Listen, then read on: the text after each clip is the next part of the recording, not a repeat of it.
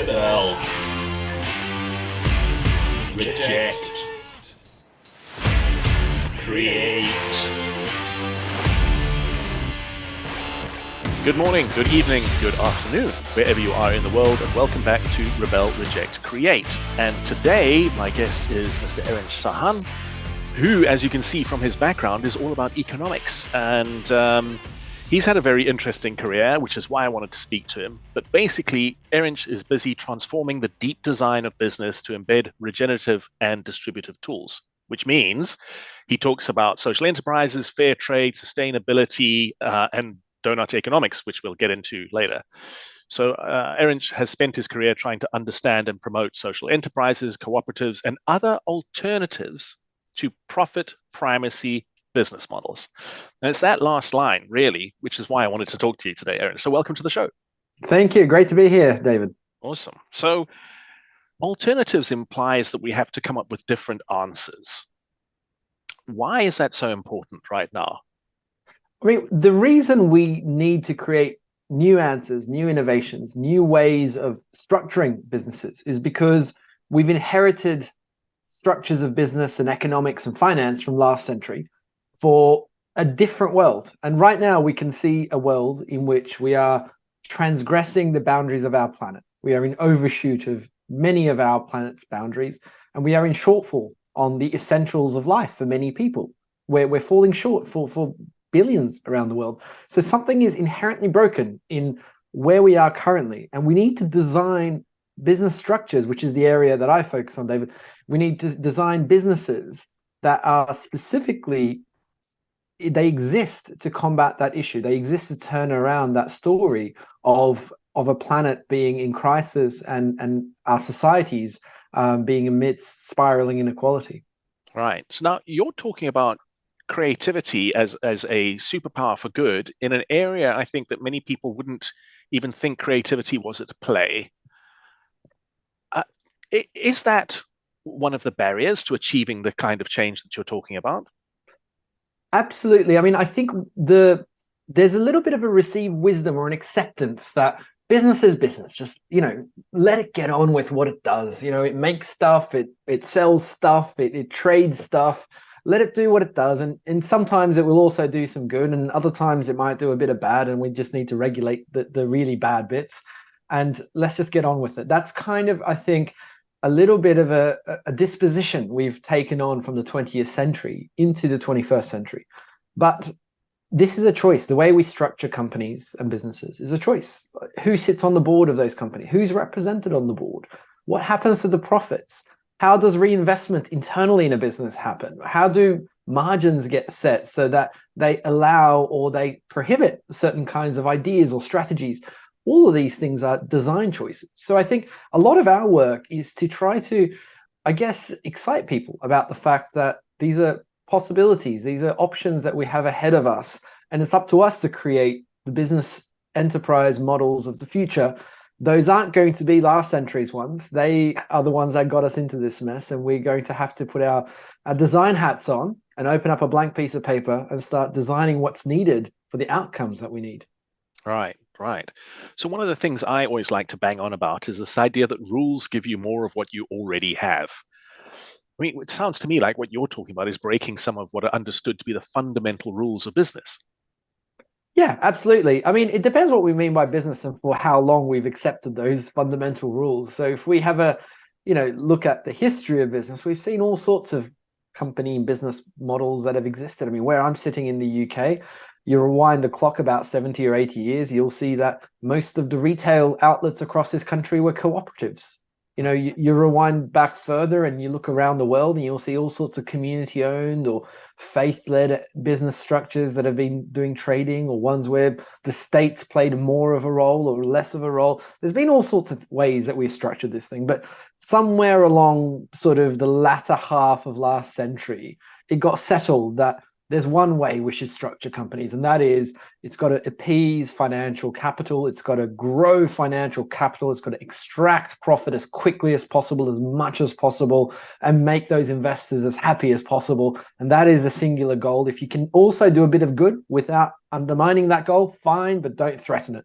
So at some point, I think our generation, maybe the generation before us, started accepting that as a norm. That hasn't been the case for most of human history. It just so coincides also with the period of time where we've done the most damage to our natural world, our living planet, and we've created the fastest growing level of inequality over the last couple of decades as well. It's just so it coincides that when you focus single-handedly on profit creation and extraction, and you say that's just business, that's just the heart of what business is, you end up doing a lot of damage. And that focus of business doesn't clean up after itself. It leaves behind it a trail of destruction of rainforests and rivers and communities and marginalized groups that we need to deal with. So I think it's a part of the journey is, let's just realize we can redesign this thing. This is a human-made invention. It doesn't walk around in the woods. Right. I mean, I hear a lot of people talking about market action, and the market will decide, as if it really is something that walks around in the woods, that has its own will and has its own set of standards and measures, which our ideas are tested against. But it's not. Absolutely. And we've shaped market. I mean, markets aren't, they haven't emerged organically either. We've created financial markets. We've created regulations with them. We've decided not to regulate some things and to regulate other things. We've made transparent financial transparency for shareholders, a primary goal, but not transparency in terms of social or ecological impacts a goal. All of these, they're made by legislatures. Corporate codes have been created, regulations and industry policies were created. We've decided which part of public land we're going to allow for use by businesses and which parts we don't. Like they're all choices that we've made. None of this is organic. None of this is a natural thing that if we that we must somehow just accept as being a given. So I think it's a part of the journey is to realize we can shape this the way we need it to be shaped in order to achieve the goals that we need, which is a thriving society on a thriving living planet. Right. So how do you even begin to start with that? I mean, is this where the whole idea of creative thinking comes into it? I mean, you mentioned we need to let go of this. Okay, sure. But how does that even work? How do you let go? So what we've done with businesses around the world, and the last year or so, we've been running workshops with over 300 businesses to test this. How do you get entrepreneurs, business leaders, and others involved in business to think big about the possibilities of what we call the deep design of business? And we start with thinking about what are the biggest ideas that you can possibly pursue? What are the biggest things? And here it gets difficult because people talk about, big ideas, but a big idea might be actually we discontinue that product line that is inherently damaging to people's health or to our living planet. Or it means that actually we stop selling that product and we rent that product instead. Or it might be you design in a modular way, so you design out waste of the products that you're creating. Or it could be a whole host, you price things differently because you want to make them affordable and that gives you enough for margin. So all of these choices that are possibilities, we try to get them on the table. And the first thing that happens is they get limited by what seems viable now, what seems commercially viable, and people don't want to push through. And then we ask them to start envisioning that economy of the future and say, look, this is our economy and our planet and our societies are in crisis. We're going to have to shift. We're going to have to redesign the entire economy. And if we don't get there, then actually we're not going to be around very long in a way that's viable for humans. So let's imagine this new economy exists. That's regenerative. So it's working with and within the cycles of the living world. And it's distributive. So it's distributing value with all of those who co-create it. And your business will belong to this future. What has your business started doing to belong to that future? And what has it stopped doing to belong to this future? Nice. I like it. And then they start getting there. Then the next step becomes, okay, now let's invite others into the room. What if your workers had a voice? Or what if your community had a voice? What if your consumers had a voice? What would they be telling you to do? Let's get wider. Let's think about your supply chain. And let's think about the forests and the rivers. What if they were in the room? What would they be telling you to do? What would you need to start doing? What would you need to stop doing? And let's go broader. Let's think about future generations, your great-great-grandkids. What would they think of the things you're doing and not doing? What would they think of your excuses for not pursuing the transformations that you know about? So we start to stretch it, and you start getting bigger and bigger ideas on the table. And then you inevitably realize, my God, we've designed businesses to prevent us from pursuing some of these ideas. They're not going to quite meet the margin requirements. They're not going to quite meet the internal investment criteria. They're not going to quite, and then you get to the exciting bit. How would you redesign your business to unlock these kinds of ideas? So that's the journey we take people on. Some are up for it, others are confronted by it, but I think it's a necessary conversation to have. Excellent. Hey, if you're listening to this and you're enjoying the conversation with Erinch and I about how creativity can change the world of economics and the way our whole financial system works, please hit the like button. Even better, hit the subscribe button. There's plenty more episodes like this already online and plenty more to come. So, Erinch, what is the fundamental resistance to this kind of change? Do you think it's practical, or is it more personal? I think the two kind of play off with each other. So I think the practical aspects of the way we've designed incentives around people and the way we've designed management systems and governance models, like all of these things lock in a particular way of being, a particular way of thinking, and they sort of weed out a way of thinking that threatens the status quo. At the same time, we haven't had the boldness of thinking bigger in order to challenge those systems. I've worked in multinational corporations. I've worked with and around them for decades. And you can see at an individual level, as a citizen of this amazing planet that we all inhabit, fortunately inhabit currently, we sort of are drawn to these sorts of ideas and going, how can I be as generous as the wildland next door? How can my business be as generous as the wildland next door?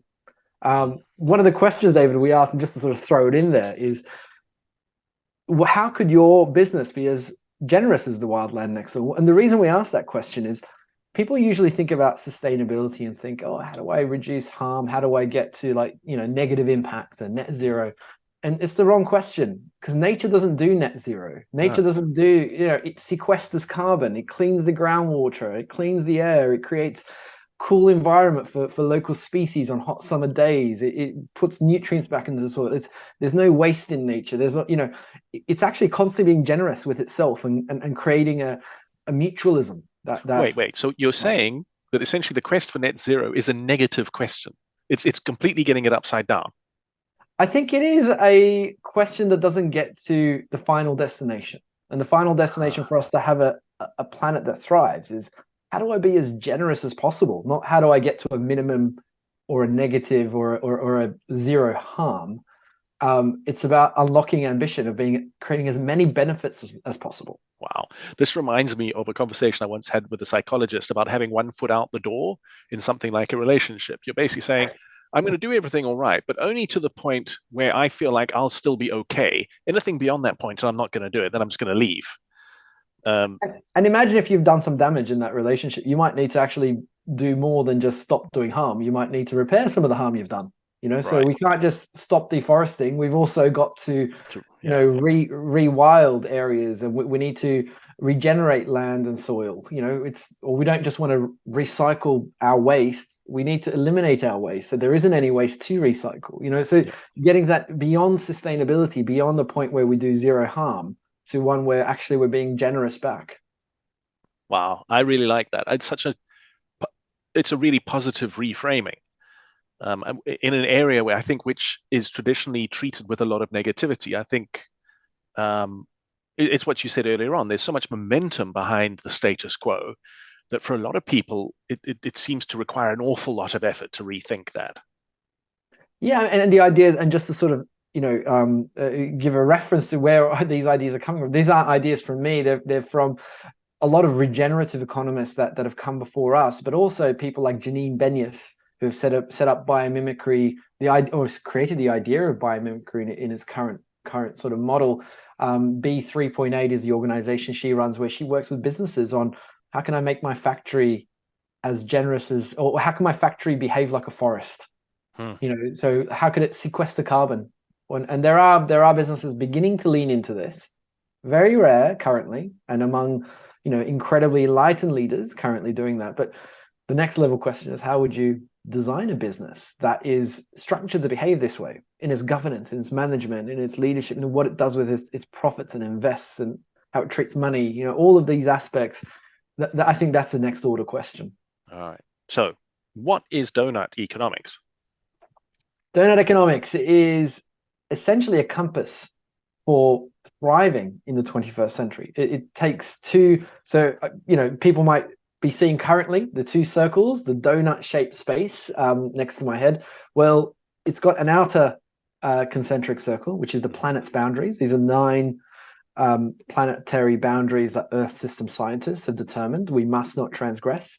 And on the inside, it's also got a social foundation, which is the essentials of life that we must also deliver. So we can't shrink our economies to a point where, okay, we're not going beyond our planet's boundaries, but we're also not providing the essentials of life. Right. Nor can we expand our economies where we're giving everybody the essentials of life, but going beyond our planet's boundaries and getting into beyond its thresholds. So it's a way of saying we've got these two limits. This is the nature of the way we need to survive on this planet and thrive on this planet. And it then starts to unpick how can our economic models, our business models, our financial models, our social models all evolve to live within the donut, to live in that safe space so that both the planet and humanity can survive and thrive. Right. While you're talking us through that, I'm picturing the whole the forest factory analogy, because what does the forest actually produce? Well, it produces food for itself, right, for the trees to keep on growing, and the byproduct of that is oxygen, which is great for everybody else around, and shade, and it traps water, and it keeps the topsoil in place, and the added benefit is that it sequesters carbon.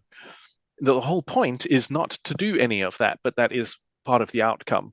And when you're talking about the donut, I'm kind of thinking, right, so when we're thinking about a factory, everything is about just making the thing that the factory makes, and the byproducts and stuff are just, well, who cares what they are, if they're any good or not.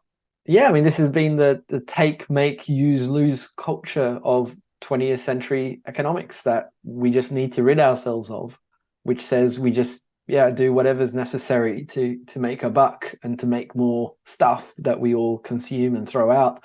And it doesn't have, it hasn't been that way historically. Humans haven't always been so negligent towards our living planet. So yeah, absolutely, we can learn from the way nature designed. It's 3.8 billion years of evolution that has gotten us to this point, right? The way our Earth and all this living systems interact, there's a wisdom in this that has sustained it for so long.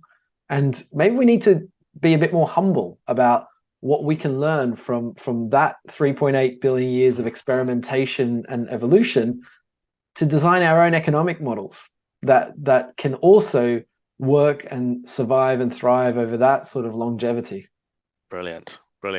I love that. I want to stop talking to you right now because I think that's a really, really good thing to leave it on. But I have to ask you one more question. For individuals who are listening to this and thinking, well, what can I do? I'm a tiny cog in this wheel. I'm going to eat less meat. Who cares? China's macro polluting. They're building more coals. Whatever. What is your point? What is your take on the personal responsibility action, and what can people actually do? There's a lot we can do. We all wear many hats. We are consumers and citizens, so we vote with our dollars, but also with our actual vote. We have a voice. We're members of communities and neighborhoods, and we shape how debates and discussions are proceeded with in our local neighborhoods. We are investors, many of us. Some of us, fortunate enough, might have a pension fund.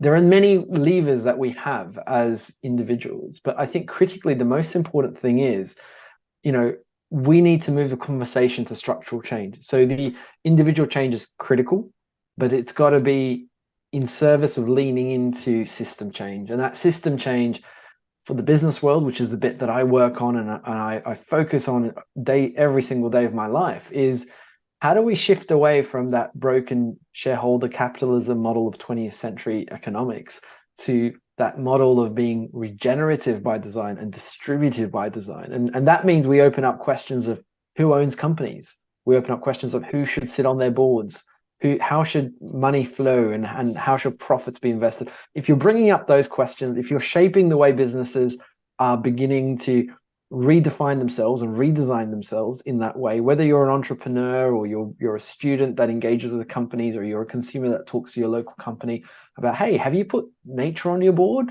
Companies like Faith in Nature they've got organizations that actually represent nature on their board of directors. Have you put workers on your board? Have you changed the way you reinvest your profits? We need to bring these conversations up that have been sidelined by 20th century ideas of economics. And we all have a role to play, because if we can repopulate our economies with businesses and structures that lean into what we're talking about, then we've essentially had that great economic revolution. If business looks different, our economies, our societies, our planet starts to look different. Erinch, thank you so much. It's been such an eye-opener talking to you. Wonderful to speak and join you today, David. Awesome. And for you tuning into this particular episode, if you've enjoyed our conversation, again, please hit the like button. Even better, hit the subscribe button. There's plenty more to come. And don't forget, keep on getting out there, rebelling, rejecting, so that you can create.